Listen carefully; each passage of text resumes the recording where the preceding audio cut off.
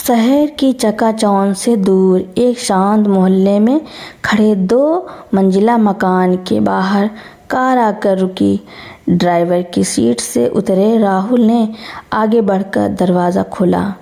आज का दिन उसके और उसकी पत्नी रोशनी के लिए जीवन का सबसे बड़ा दिन था।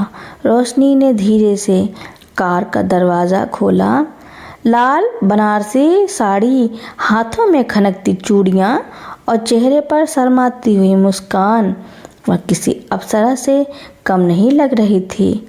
राहुल एक प्रतिष्ठित सॉफ्टवेयर कंपनी में अच्छी पोस्ट पर था, जबकि रोशनी एक छोटे से कस्बे के सामान्य शिक्षक परिवार की बेटी थी।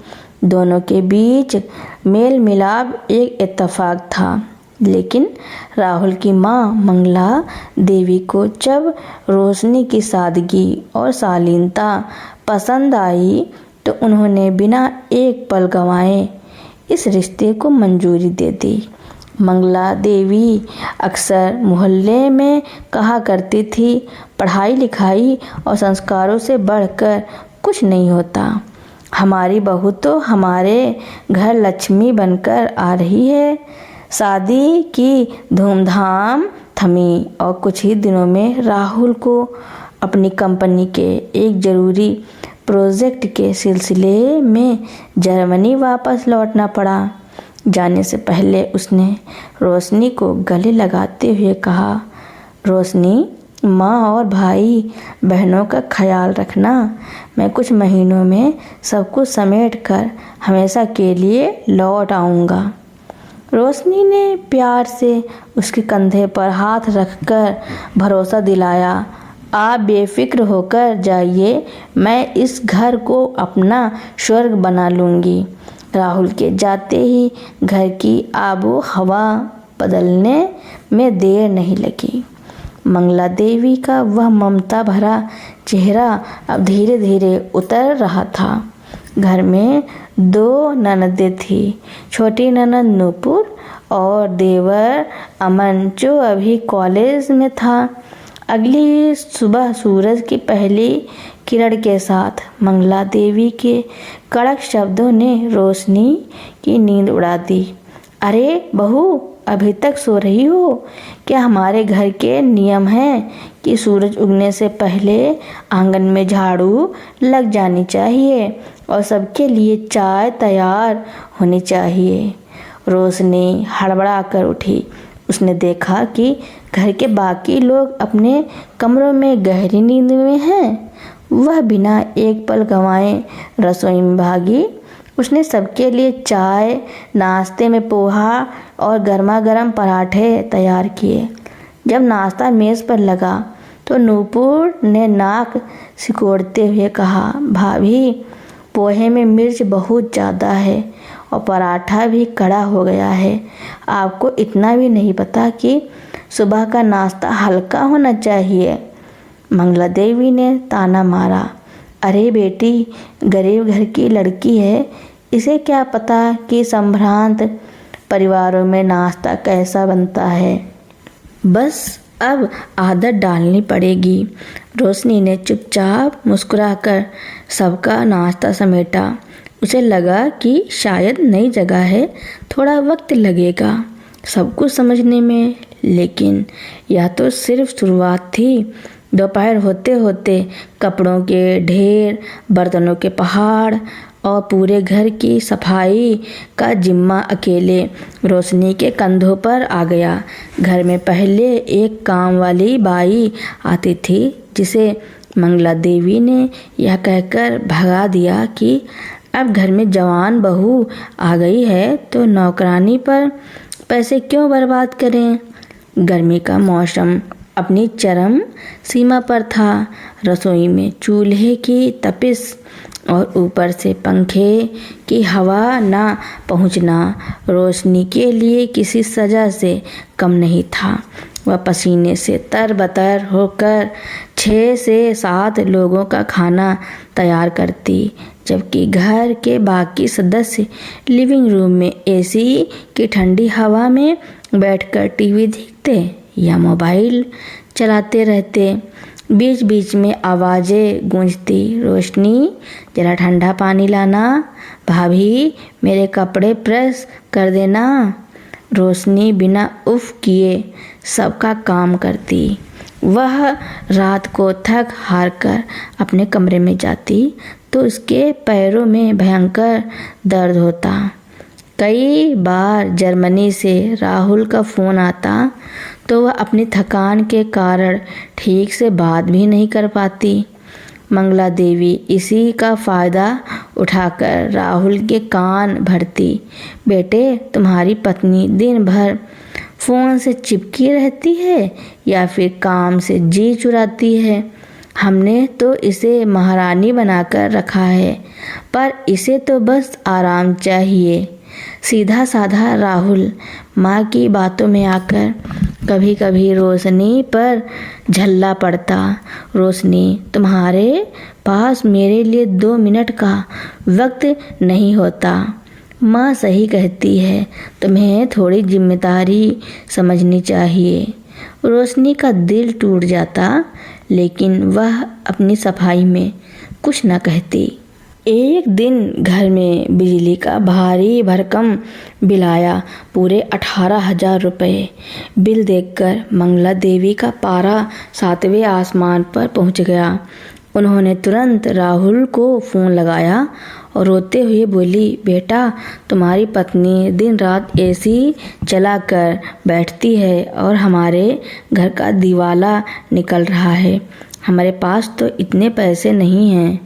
राहुल घबरा गया।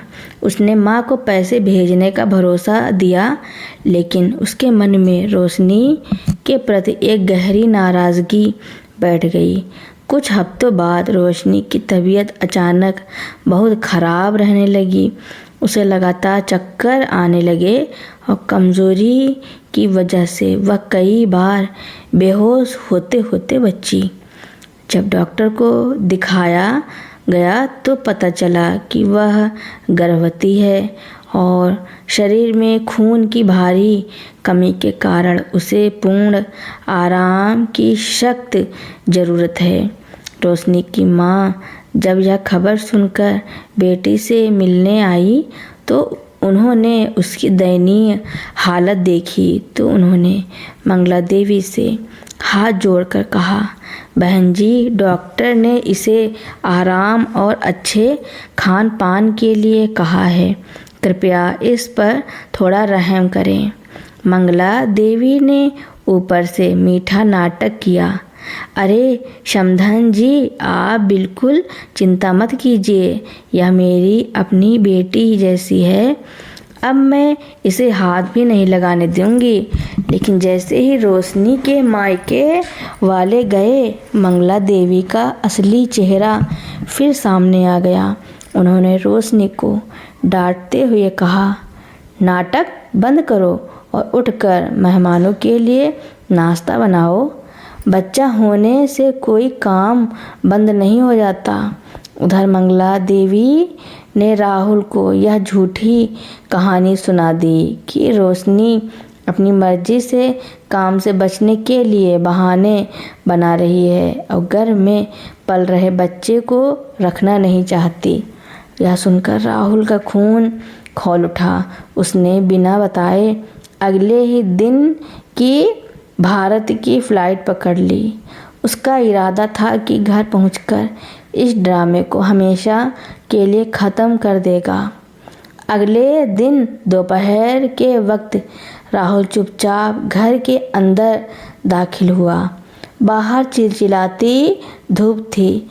उसे उम्मीद थी कि माँ या बहनें किचन में काम कर रही होंगी और रोशनी एसी वाले कमरे में आराम कर रही होगी।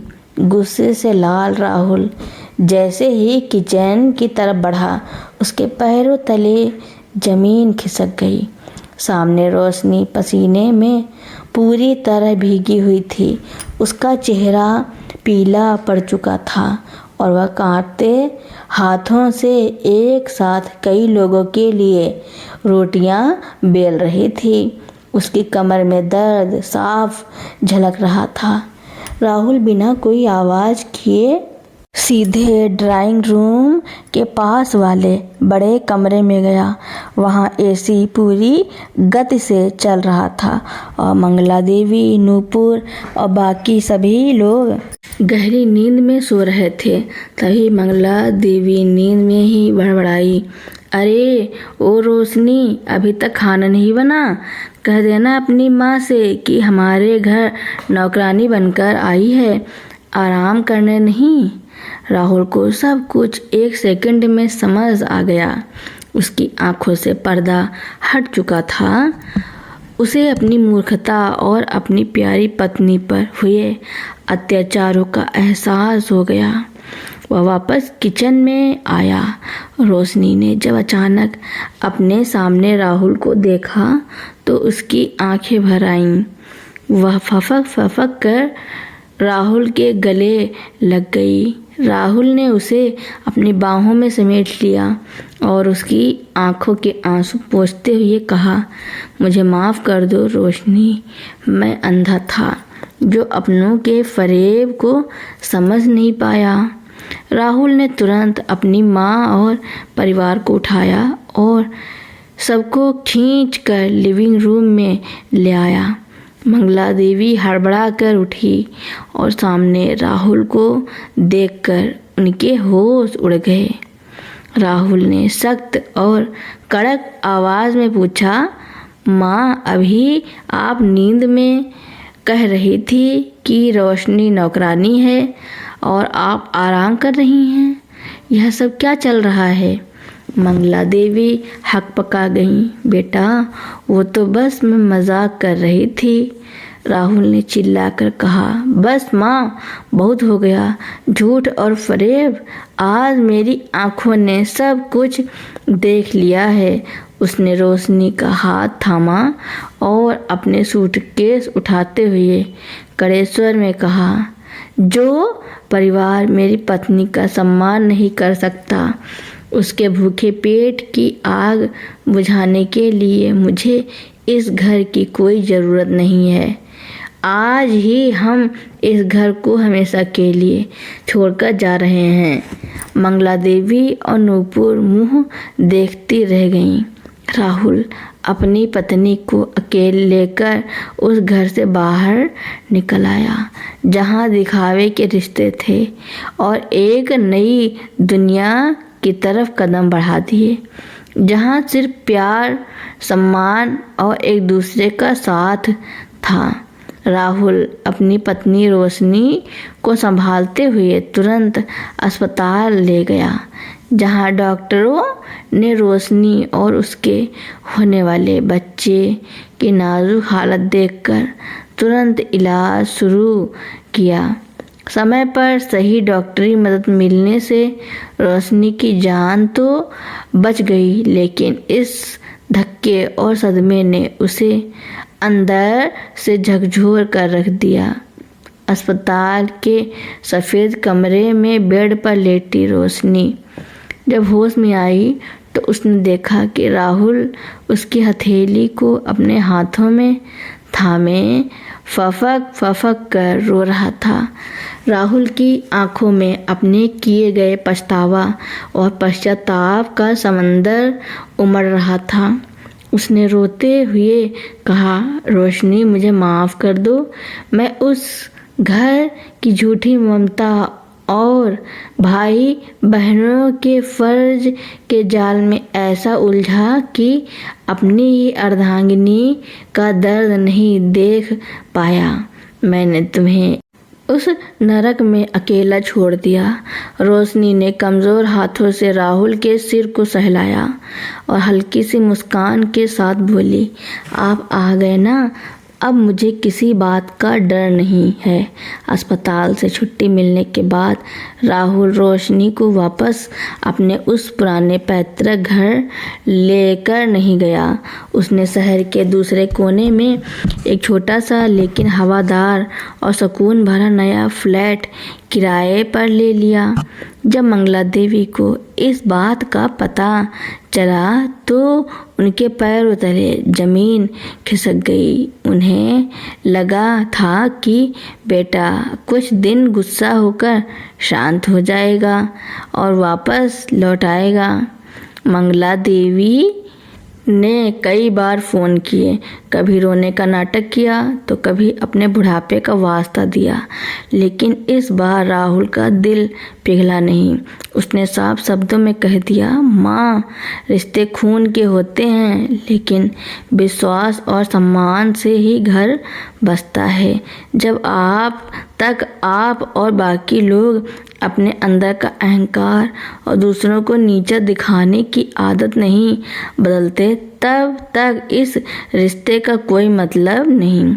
उधर घर में नौकरानी के चले जाने और काम करने वाला कोई न होने के कारण मंगला देवी और दोनों ननदों की हालत खराब होने लगी। जिस घर के लिए वे रोशनी को ताने मारती थी, अब वह सारा काम उन्हें खुद करना पड़ता था। तब जाकर उन्हें समझ आया कि एक बहू ने इस घर को संभाल रखा था और उन्होंने अपने ही पैरों पर कुल्हाड़ी मार ली थी। नया घर छोटा जरूर था, लेकिन वहाँ प्यार, सुकून और एक दूसरे के प्रति सम्मान था। राहुल ने ऑफिस के बाद का सारा समय रोशनी और उसकी सेहत का ख्याल रखने में बिताना शुरू कर दिया। वह खुद सुबह उठकर हल्का फुल्का नाश्ता बनाता और ऑफिस जाता। कुछ महीनों बाद उसी शांत और खुशहाल घर में एक नन्ही किलकारी गूंजी। रोशनी ने एक स्वस्थ और प्यारे से बेटे को जन्म दिया। अस्पताल की उस खुशी के माहौल में जब दरवाज़ा खुला तो सामने मंगला देवी खड़ी थी। उनकी आंखों में आंसू थे और सिर झुका हुआ था। उन्होंने आगे बढ़कर रोशनी के पैर छूने चाहे तो रोशनी ने तुरंत उन्हें गले से लगा लिया। माफ़ी और पछतावे की उस आलिंगन में पुरानी सारी कड़वाहट बह गई। मंगला देवी ने समझ लिया था कि बहू कोई नौकरानी नहीं, बल्कि घर की असली नींव होती है। वक्त बीतता गया और रोशनी की ज़िंदगी में वह धूप खिल गई जिसके लिए उसने कभी बचपन से सपने देखे थे। अब उसके पास अपना घर, अपना प्यार करने वाला पति और एक ऐसा परिवार था जो दिखावे की चकाचौंध से दूर सच्चे रिश्तों की कीमत जानता था। समय पंख लगाकर उड़ रहा था। नन्हे आरव के आने से रोशनी और राहुल के छोटे से आशियाने में किलकारियों और हंसी ठिठोली की बहार आ गई थी। राहुल अब पहले से कहीं अधिक जिम्मेदार और समझदार बन चुका था। वह ऑफिस के काम के बाद अपना सारा वक्त अपनी पत्नी और बेटे के साथ बिताता था। रोशनी के चेहरे पर जो उदासी और थकान कभी छा गई थी, उसकी जगह अब एक आत्मविश्वासी और संतुष्ट मुस्कान ने ले ली थी। उधर पैतृक घर के हालात पूरी तरह बदल चुके थे। रोशनी के जाने के बाद मंगला देवी और दोनों ननदों को समझ आ गया था कि सिर्फ एसी के कमरों में आराम करने से घर नहीं चलता। घर काम करने वाली बाई ने भी घर के बिगड़े माहौल को देखकर आना छोड़ दिया था। अब सुबह उठकर झाड़ू पोछा करने से लेकर रात का खाना बनाने तक सारा काम खुद मंगला देवी और उनकी बेटियों को करना पड़ता था। कई बार काम की थकान से त्रस्त होकर मंगला देवी पुराने दिनों को याद करके बहुत पछताती थी कि उन्होंने कैसे अपने हाथों से अपने घर की लक्ष्मी को दुत्कार कर भगा दिया था। आरव के पहले जन्मदिन पर रोशनी राहुल ने एक छोटा सा पारिवारिक आयोजन अपने नए फ्लैट में रखा। इस बार राहुल ने अपने माँ, भाई और बहनों को भी सम्मान आमंत्रित किया। पहले तो मंगला देवी को आने में झिझक हुई, क्योंकि उन्हें अपनी गलती का एहसास था और वे बहू बेटे के सामने नज़रें उठाने में संकोच कर रही थी।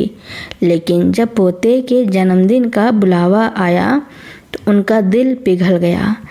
निर्धारित दिन पर मंगला देवी, अमन और दोनों ननदें जब नए फ्लैट की घंटी बजाकर अंदर आईं तो उनके हाथों में पोते के लिए सुंदर सुंदर तोहफे और कपड़े थे। मंगला देवी की आंखें नम थी। उन्होंने जैसे ही घर में कदम रखा, रोशनी ने बिना किसी पुरानी कड़वाहट के को मन में रखे आगे बढ़कर अपनी सास के पैर छू लिए। मंगला देवी से अपने आंसू रोके नहीं गए। उन्होंने रोशनी को अपनी छाती से लगा लिया और भर्राई हुई आवाज़ में बोली, मुझे माफ़ कर दे बेटी।